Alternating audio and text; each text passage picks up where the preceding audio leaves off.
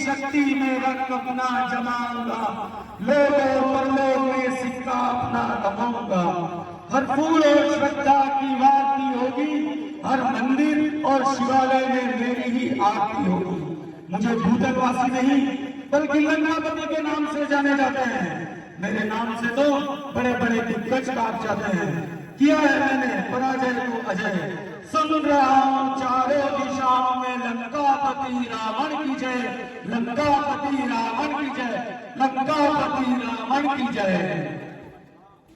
इधर जब राम सीता माता को हर छल से भर लिया है, उधर प्रभु श्री राम अंगद से कहते हैं, हे बाली पुत्र अंगद, हे बाली पुत्र अंगद, तुम पराक्रमी हो, तुम बलशाली हो, तुम वीरों के वीर हो, तुम राजनीति में निपुण हो।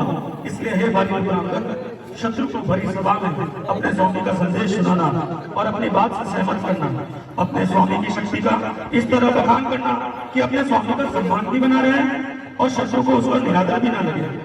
तुम हमारी ओर से शांति दूत बनकर जाओ और रावण को समझाओ कि अभी भी समय है, सीता को सम्मान से ही छोड़ दो।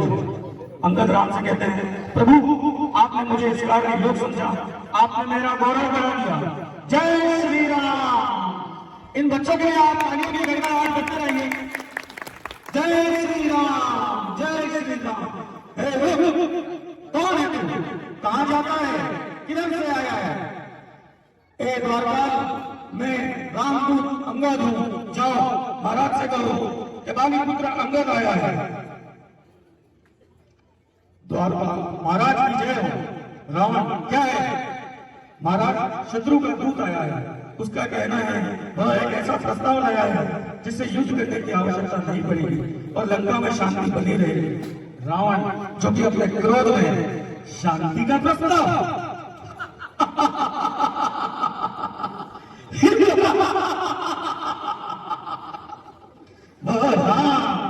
युद्ध से पहले शांति का प्रस्ताव भेज दिया। अभी तो हमने हमारी चंद्रहास देखी ही नहीं, पहले ही डर गया। जाओ भेजो उस दूत को। जो आज्ञा महाराज। जाओ। अंगद, जो कि अब रावण के दरबार में पहुंच चुके हैं, रावण जो कि अंगद से, ए वानर, कौन है तू? कहां से आया है? तेरी इतनी हिम्मत कि तू लंकेश की लंका में आया है? अंगद रावण से, मैं प्रभु श्री राम का दूत बाली पुत्र अंगद श्री राम का संदेश लेके आया हूँ। अभी भी तेरे पास समय है, सीता माता को छोड़ दे, प्रभु श्री राम की शरण में आया, वे तुम्हें क्षमा कर देंगे। रावण, अरे ठीक हो, लंकापति से रंग करे, जग में ऐसा कौन? हम लंका के राजा हैं, तीनों लोग के स्वामी हैं। अंगद, आप राजाओं की बात करते हैं लंकेश्वर, श्री राम तो राजाओं के भी राजा है, वह इस भूमि के नहीं, तीनों लोगों के स्वामी हैं, मैं उनका शांति दूत हूँ। रावण, वह हरि है, हर है, क्या ब्रह्मा है? कौन है? तुम इतने बड़े बड़े वार्तालाप जिसके लिए सुन रहे हो, उस राम की वास्तविकता इतनी है कि वो भटकता हुआ वनवासी है, क्यों भेजा उसके तुमने? अंगद, आपने मेरे स्वामी का अपमान किया, नियम अनुसार मुझे सभा से चला जाना चाहिए। राजदूत का अपमान राजा का अपमान होता है। मेरे पास दो रास्ते हैं, पहले तो मुझे जहाँ सम्मान से आसन नहीं दिया गया तो मैं भाई सभा से ही चला जाऊं, परंतु मैं जो संदेश लाया हूँ वह इतना महत्वपूर्ण है जिससे लंका और राक्षस जाति का जीवन और मरण निर्भर है। अंगद, हे दशरथ, अब मेरे आने का कारण सुनो। मैं आपकी भलाई के लिए श्री राम का दूत बनकर आया हूँ। मेरे पिताजी से आपकी मित्रता थी, इसलिए मैं आपको सहमति देने आया हूँ कि महाराज आपका उत्तम कुल है, आप पुलस्त्य ऋषि के पुत्र हैं, आपने शिव जी और ब्रह्मा जी से बहुत पढ़ा है और सिद्ध किए हैं। आपने अपनी शक्तियों का दुरुपयोग करके राजाओं को, देवताओं को, अप्सराओं को, सभी जातियों का अपमान किया है। आप छल से सीता मैया को हर लाए, इसका अंत बहुत भयानक होगा। अब तेरा पाप का घड़ा भर गया है, इसलिए प्रभु की शरण में आ जा, वह तुम्हें माफ कर देंगे, वह दया के सागर है। रावण, अच्छा, क्षमा मांगने से वह हमें माफ कर देंगे, इस बात का विश्वास तुम हमें दिलाते हो? अगर मैं सीता को वापस राम के पास सौंप दूं और उसने माफ नहीं किया तो सारा जग हम पर हंसेगा। इस बात पर विश्वास हम कैसे करें?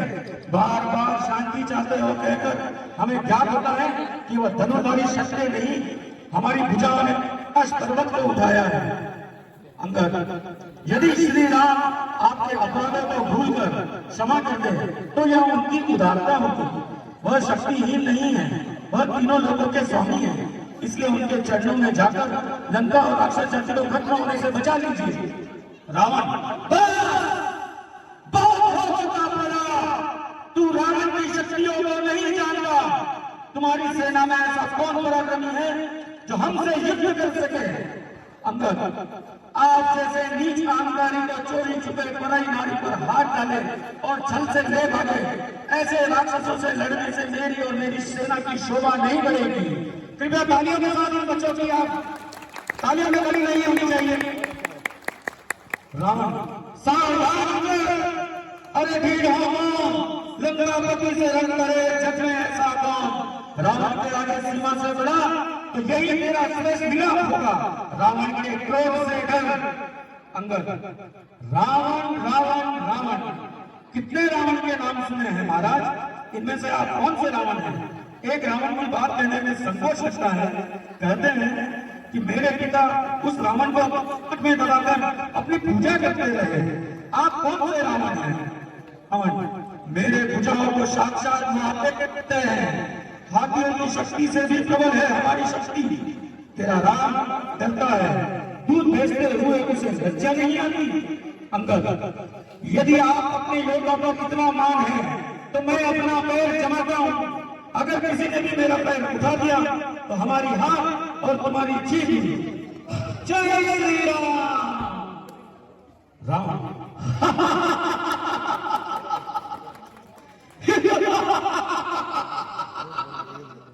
देखो तो इस तुच्छ वानर को, यह अपना पराक्रम दिखा रहा है, अपना बल दिखा रहा है।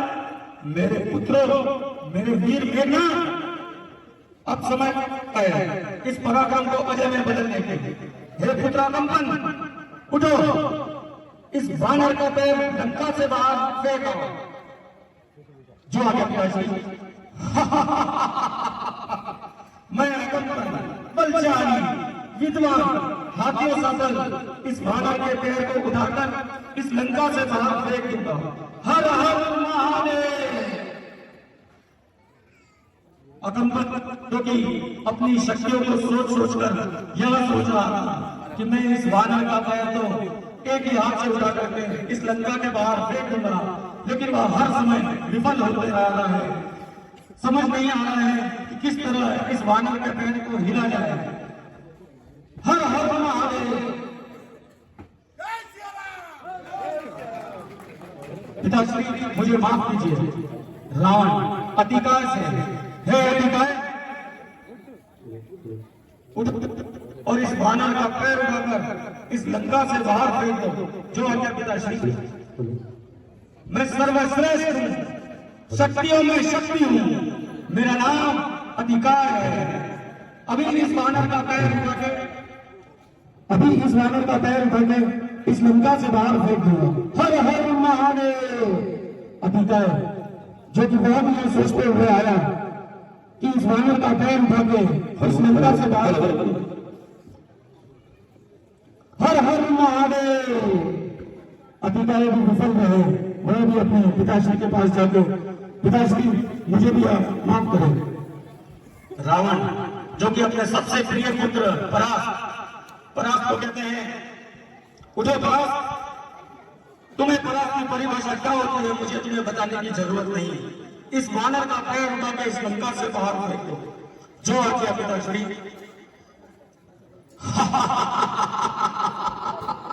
मैं परास न कभी परास हुआ हूं और न ही कभी परास होऊंगा। हर हर महादेव। परास, जो कि अति वीर बलशाली, वह भी इस वानर का पैर उठाने में विफल रहा।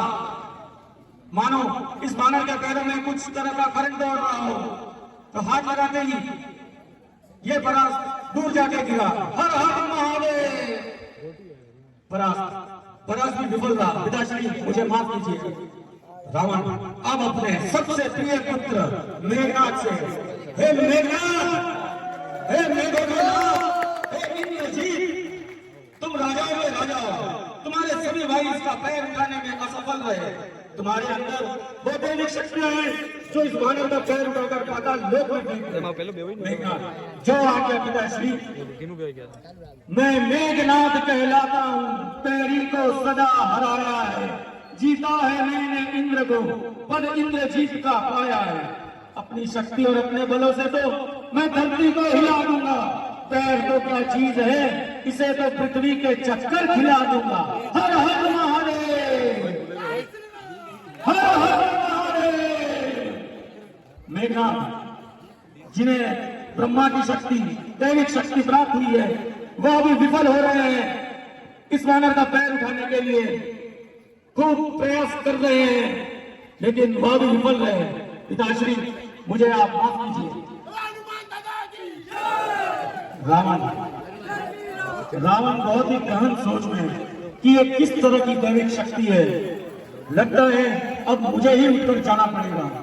रावण के जैसे ही वह अंगद का पैर पकड़ते हैं, अंगद अपना पैर पीछे लेकर कहता है, अरे मूर्ख, चरण छूने हैं तो प्रभु श्री राम ने छू, मेरे चरण क्या छूता है।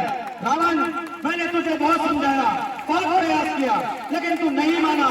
अब मैं युद्ध का डंका बजाकर जा रहा हूं। जय श्री राम, जय श्री राम। अंगद, श्री राम, प्रभु, मैंने उस, कृपया करके आप शांति बनाए रखें, इन नन्हे नन्हे कलाकारों को परेशानी होती है। अंगद राम से, प्रभु, मैंने उस अहंकारी कपटी रावण को बहुत समझाया, पर वह अपने अहंकार में समझने को तैयार नहीं। मैं युद्ध का डंका बजा आया। राम लक्ष्मण से, अनुज भाई लक्ष्मण, ऐसा याद होता है कल युद्ध में मेघनाथ जिसने इंद्र को जीता है, जिसने मेघ की गर्जन को जीतकर मेघनाथ बना है, उस बलशाली पराक्रमी को तुम्हें हरा कर आना है। मेरा आशीर्वाद सदैव तुम्हारे साथ है। लक्ष्मण भैया, आपने मुझे यह अवसर दिया, मैं इस कार्य को सिद्ध करके वापस लौटूंगा। विजय को। और यहाँ पर रावण की सेना और राम की सेना युद्ध की तैयारी में।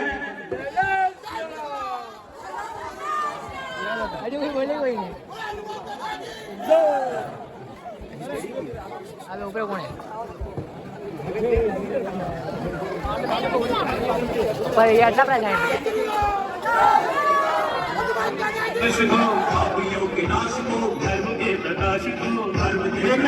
लक्ष्मण से, वनवासी, तुम ही राम है, पिताश्री की क्या जरूरत? ऐसे प्लान चलूंगा कि ये तो मुझे से भागना पड़ेगा। लक्ष्मण, कुछ जैसे लक्ष्मण जी को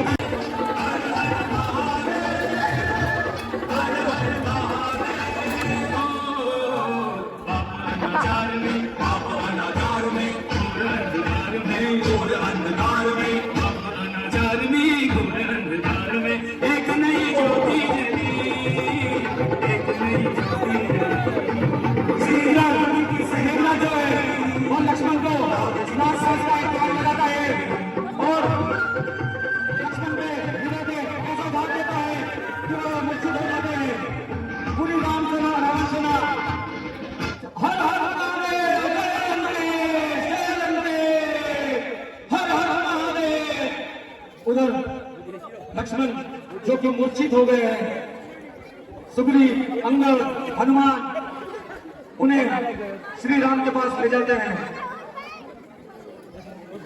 राम जो कि बहुत ही विलिप्त है अपने भाई के मूर्छित होने पे, सामने मुद्रा में पड़ा है, यह कैसे हुआ?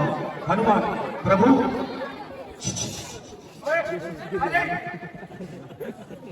प्रभु, धरती पर जब धरती पर गिरे तो सूर्य चंद्रमा की गति थम गई। राम, परंतु क्यों, किस कारण? ब्रह्मांड में ऐसी कौन सी शक्ति है जिसने लक्ष्मण को शक्तिहीन कर दिया?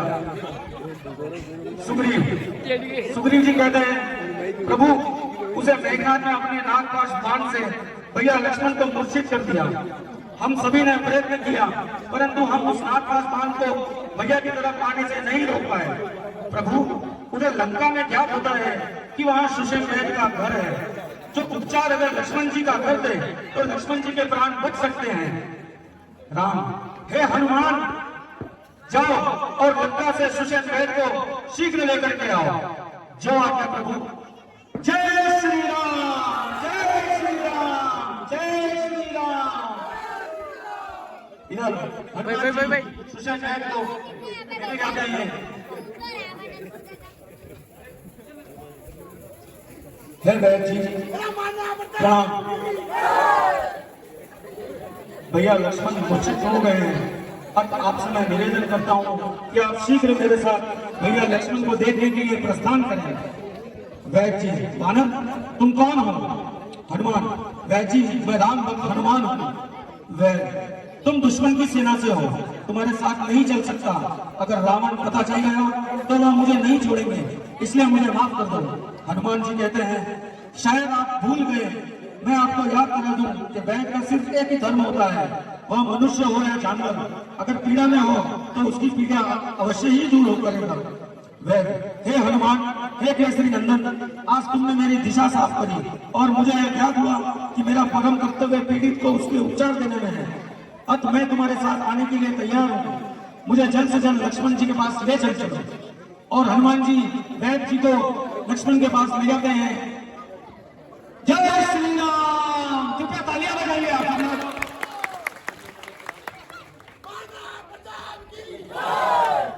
राम, प्रणाम वैद जी। आप मेरे भाई लक्ष्मण को देखिए, वह मेरे साथ अपने नयन ही नहीं खोल रहा है। मैं अपने प्राणों की बलि देकर के भी अपने भाई के लिए जीवन दान करने के लिए योग्य हूँ। अतः मेरा आपसे निवेदन है कि आप जल्द से जल्द मेरे भाई का उपचार करें। वह लक्ष्मण जी की गाड़ी देखते हैं और कहते हैं, हृदय पर घाव है, अगर संजीवनी बूटी दी जाए तो वो मूर्छित हालत से निकलकर उठ जाएंगे, अन्यथा सूर्य उदय के बाद लक्ष्मण जी के प्राण नहीं रहेंगे। राम, हे केसरी नंदन हनुमान, जाओ और शीघ्र संजीवनी बूटी लाओ। हनुमान जी वैद से पूछते हैं, हे वैद जी, कौन सा पर्वत है, कैसी दिखती है संजीवनी बूटी, जरा आप मुझे उस बारे में बताएं।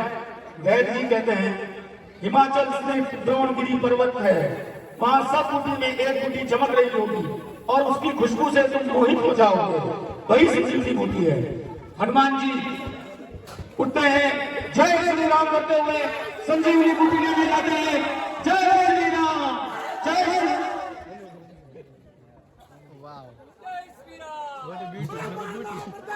हनुमान जी संजीवनी बूटी लाके वैद जी को देते हैं।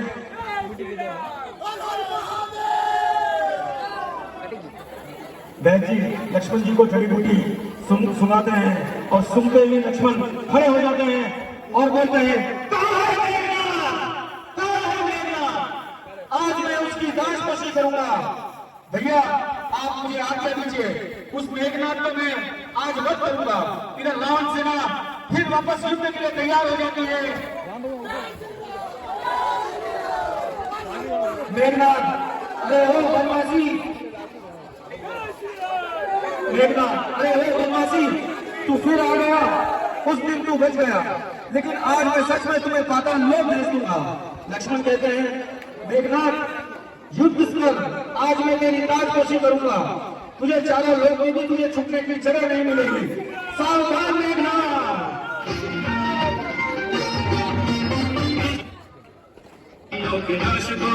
और यहाँ युद्ध करते हुए सभी छोटे छोटे बच्चे युद्ध कर रहे हैं।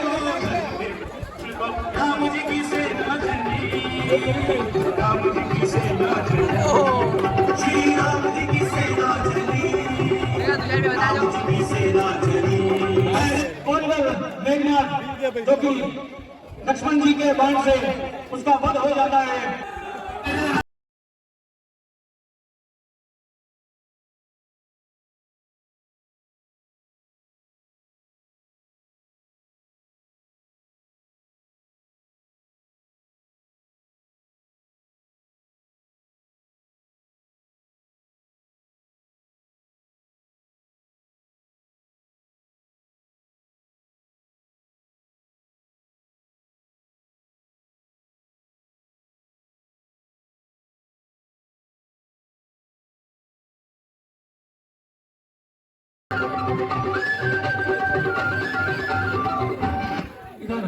जो युद्ध चल रहा है, तो विभीषण जी प्रभु श्री राम को कहते हैं, हे प्रभु, इस अहंकारी रावण के आप जितने शीश काटेंगे एक नया शीश आ जाएगा, क्योंकि इन्हें ब्रह्मा जी का वरदान प्राप्त है।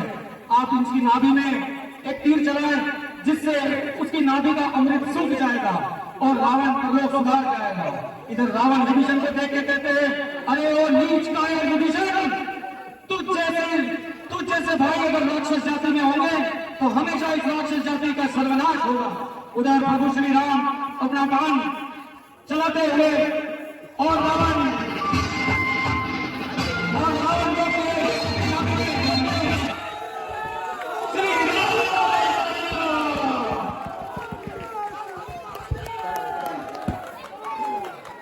कृपया करके शांति रखिए। ये सिर्फ एक प्रभु श्री राम का एक संदेश है समस्त लोगों से, समस्त जनता से। यत्र नार्यस्तु पूज्यन्ते